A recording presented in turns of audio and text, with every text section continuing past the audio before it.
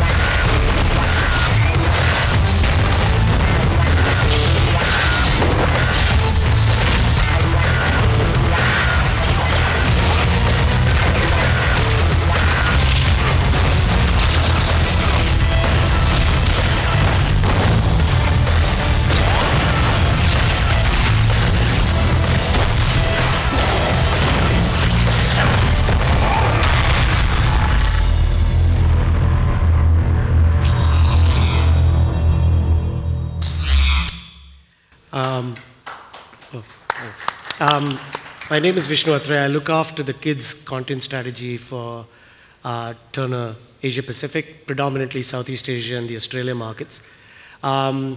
It's good that we've just launched 2 channels. It actually happened this Saturday, December 1st. We launched Tsunami, which is a boys' action channel, and we launched Cartoonito, which is a preschool channel, or big fun for the little people, as we call it.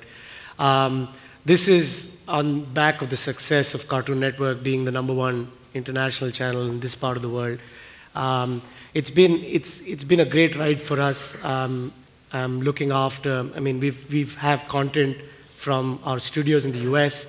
We have great acquisition content, maybe from Warner Brothers or from studios across the world. And also, we've been making headway in this part of the world to try and do local productions with studios here. Singapore, Malaysia, Taiwan, Philippines, Australia, and India. So each of these markets do bring a lot of sizable revenues as well as viewership share for us. So it's important, and we've been working pretty hard on creating local content in this part of the world, working on co-productions as well as originals.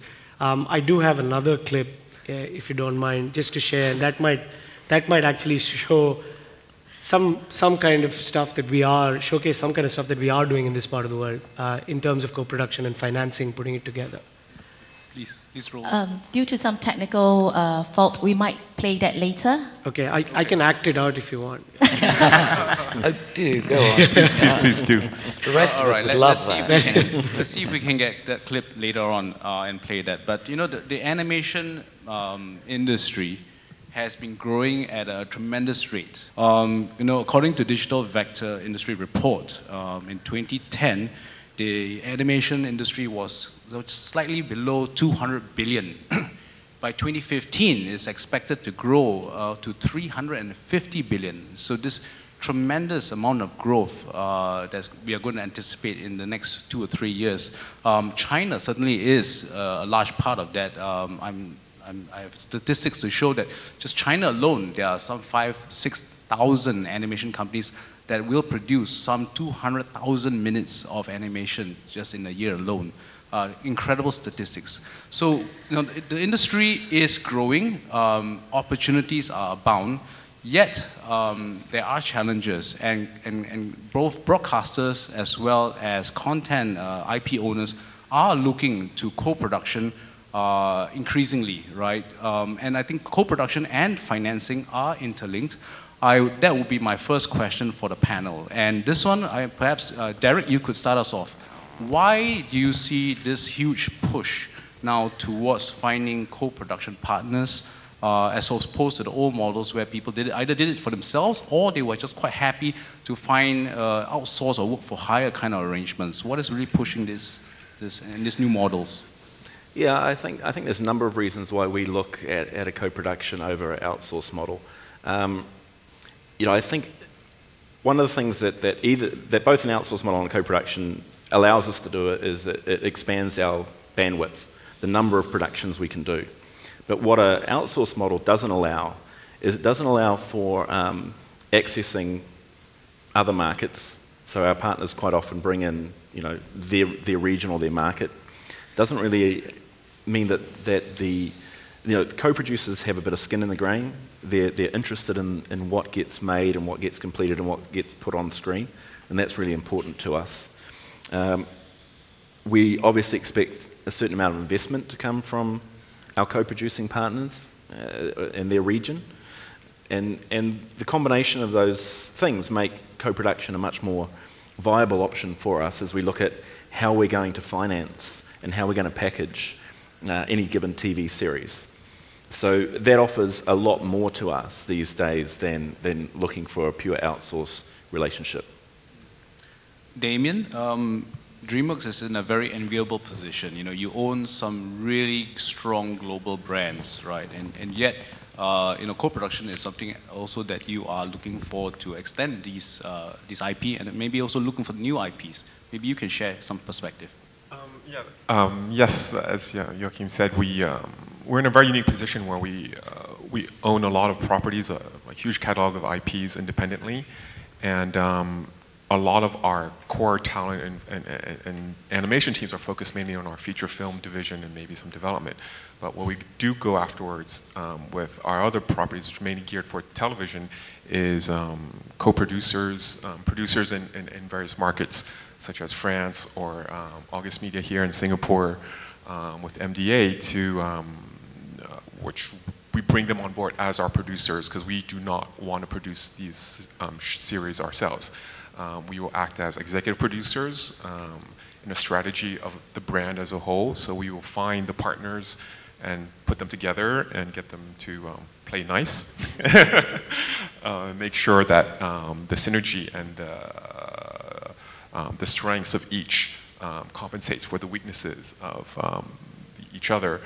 And then we will oversee and make sure that the production goes through properly, and we will give them some equity in the brand, and basically tell them once the show finished, come back and let us know, so that we can start distributing it and managing the brand strategy as a whole globally. Tian, you may have quite a different perspective to looking for partners and in a way extending your IP, your brand. Please give us your perspective. Yeah, exactly. I don't know if Nick already touched upon this, but we're quite new on the animation field. We actually just started making animations, and we're in production of our first series, so we're slowly learning the ropes, as it were. But one good thing about financing is that at the moment, since we're part of the bigger company, which is very profitable, we don't actually need to worry about the financing part, which is one essential part of co-production. But having said that, we do have some other reasons why we would like to consider co-productions, specifically since here in Asia and especially China, which is our focus market, there are some benefits to having a co-production in terms of, for example, you can go past the import quota or some other restrictions that are put on by the government. So again, a little bit different reasons. But then again, we're still, I think, so far in the beginning of our journey that yeah, as Nick said, if you have some good ideas, of course, please come to us, and let's discuss. Yeah. Now, maybe we could hear from Henrietta and then Vishnu later on from a broadcaster's point of view, right? So how do you see some of these advantages that you can get from more than one party, so co-production, multi-party type of content that's being developed that way? Well, for us, it's an essential part of things, because we can. I don't think there are very many people left who can fully fund anything, and the BBC is no exception to that. So we need to work with other people, and I do think that creatively it's good too as well. I mean, I think it brings a lot to the table if there's, as long as there's a very clear vision in the first place. That we can all buy into. I think having, a couple of different sensibilities around the table is healthy and exciting. In our case, we are looking for a variety of different ways of working, because we have the channels internationally, but we also have a distribution business across all the business lines. So we do a lot of different types of deal, from smaller investments into just channel-only stuff that we're looking for that's very CBeebies branded and will go on the channels. But then, broader, bigger investments where we take, full partnership in a lot of other rights. And, we're very open to looking at ideas from everywhere and excited to work with people. But, we do have to work with CBeebies UK, and that does bring with it, certain other expectations and things to consider as well that make it more challenging, I think. So for Vishnu, maybe I will ask you from your perspective, and if there are producers in the audience looking to actually pitch to Turner, pitch to BBC, what should they be looking out for, right? What are you looking for, and how could they be more successful, right, in pitching ideas or concepts to you? That's an interesting question. From our point of view, I think we're, as much as we are responsible towards great content, I think we're responsible to our shareholders. And our primary shareholders are our viewers, our kids. So as long as we're able to give them a great experience, and with compelling content, or with any fantastic value experience that they can get out of it, which finally to this audience it would mean a great show. When you're saying when they pitch, I think the primary requirement is to understand the need from both the market point of view and the broadcaster's point of view. What's available, what's not available, even a bit. I mean, of course it's all about the great idea, but the great idea comes from it being unique, differentiated, compelling. You can use all the standard words that we all use in conference rooms, but primarily it's a fantastic idea that can live a long duration of time. There's no point in having a great idea which is just short-lived. When we look at something as a network, we back something that's long-term. When we want to make it a franchise, again, an oft-repeated word, but it's an important word because franchises basically mean long-term, and that's what your channel is driven by. From a co-production point of view, or from looking at financing point of view, I think that goes hand in hand. I think you need to figure out what the great idea is and how can you make it happen with a good sustainable financial model. And that's what's going to help you longevity, I mean, in terms of how long it can actually sustain itself. Whether that means on air, off air, online, digital space, merchandise, those are the business aspects of it. I think primarily when we look at it from a network point of view, it has to drive great value to the kid. I love the notion that the kids, your audience, are considered as shareholders. Yeah. Exactly. It is. It's, I think, from a content point of view, it has to be. Otherwise, there's no, because finally it's a product. It's like you're a fantastic retail service or a shop that they enter. If you have bad products up front, I mean, it's navigation. It's exactly the same thing. It's like animation is no special than any other world they live in. And this is a great world that they live in, and I think you should be able to deliver that promise to them. And we did talk earlier about this idea of understanding who you're approaching as well, because I think we talked about the fact that we probably have received some of the same pitches. Yeah. And the idea that CBeebies and cartoon would actually go for the same thing is it's understanding the brand as well is a very good starting position when you come through the door. Yeah. Some of the other broadcasters actually have also that challenge. Now, how do you balance, right, between a property that will appeal to local audiences and yet can have that global reach as well? And I think I'd like to hear from Henrietta. How do you balance this as you program across the globe, yet are actively looking for something that really sparks off on a local and works for the local audience as well? Well, I think where we start from is definitely having a clear vision for the brand itself and sticking to that, because what we found, and particularly with a brand like CBeebies that does have quite a heavy live action element as well as animation, which traditionally had been considered not to travel, but it turns out that certainly for the young age group, they're really not concerned about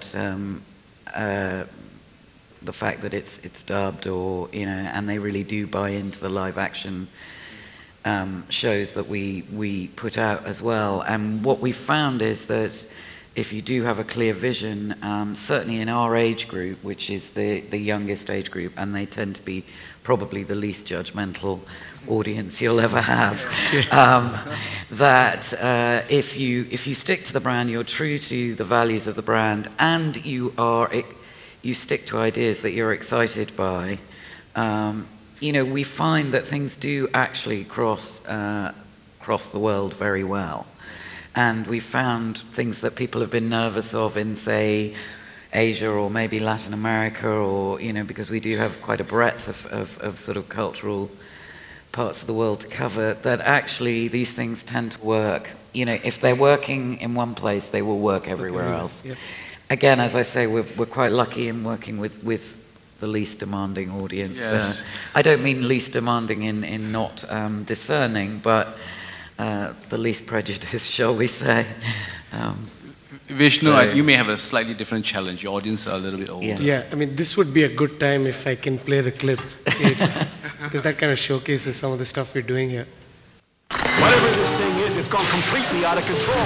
Which means it's hero time. We should give up, but you just said we don't give up. I mean, we should give up our dragon powers. I think Arjun has a plan. I hope so.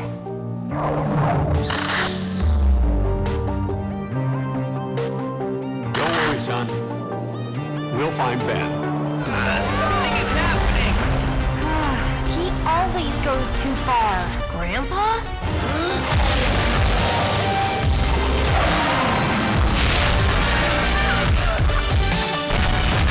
There is nothing to fear. We need you, brother. Questions later. Your world is in terrible danger. I want to help.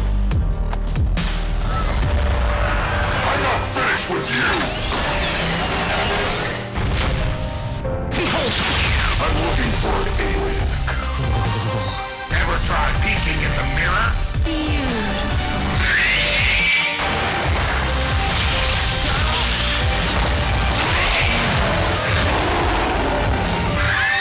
Dissection accomplished.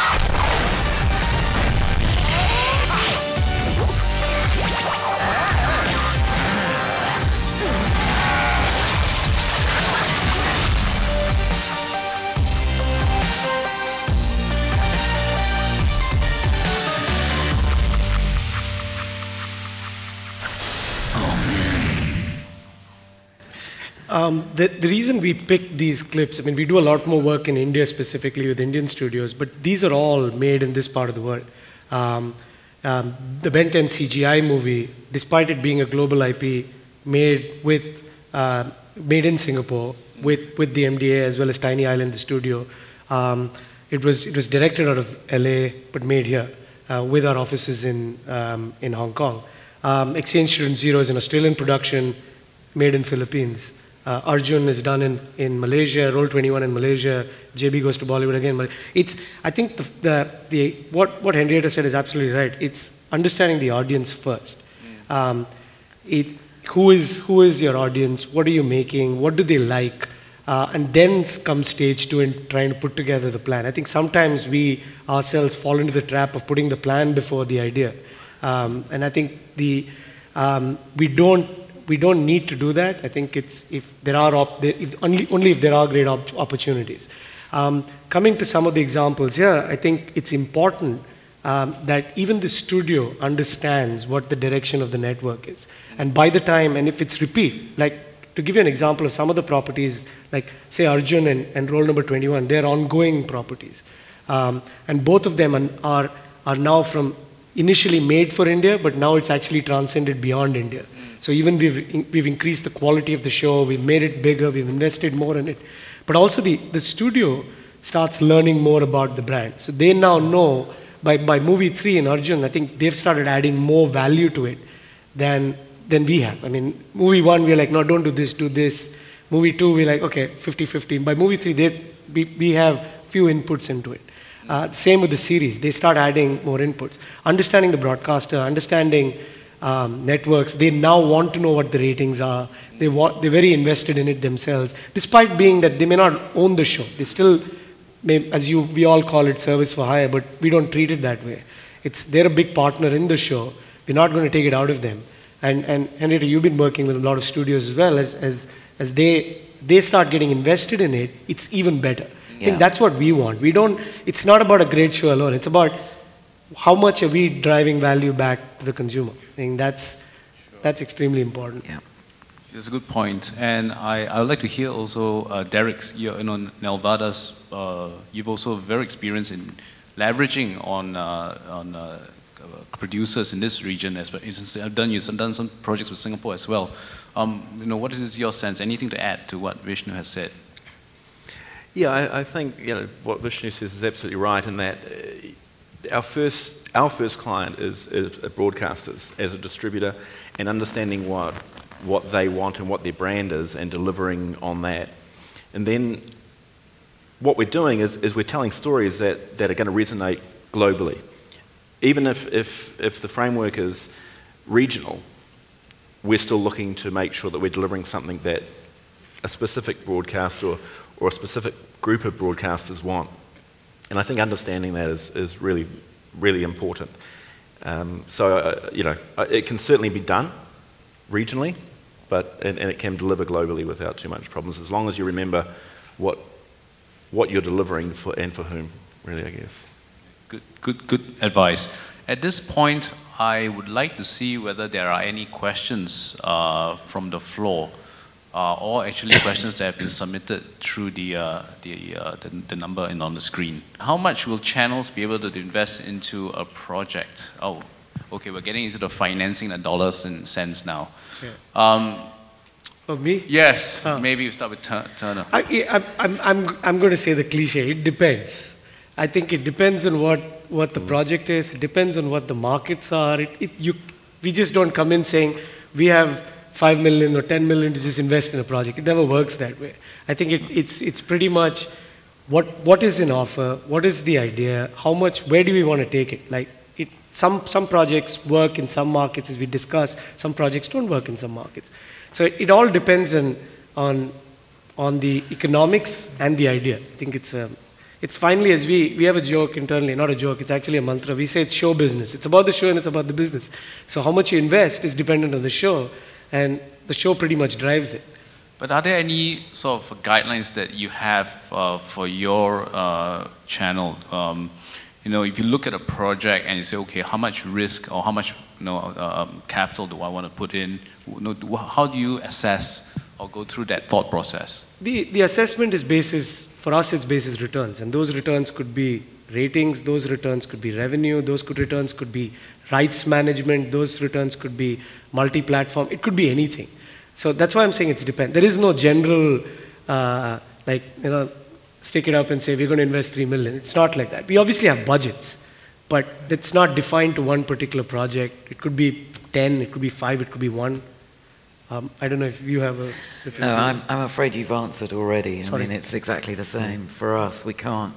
I mean, we don't. Yes, I have budgets, and yes, I have a certain number of hours I need to try and create for the channels. But how I manage those budgets is flexible, and Vishnu is right.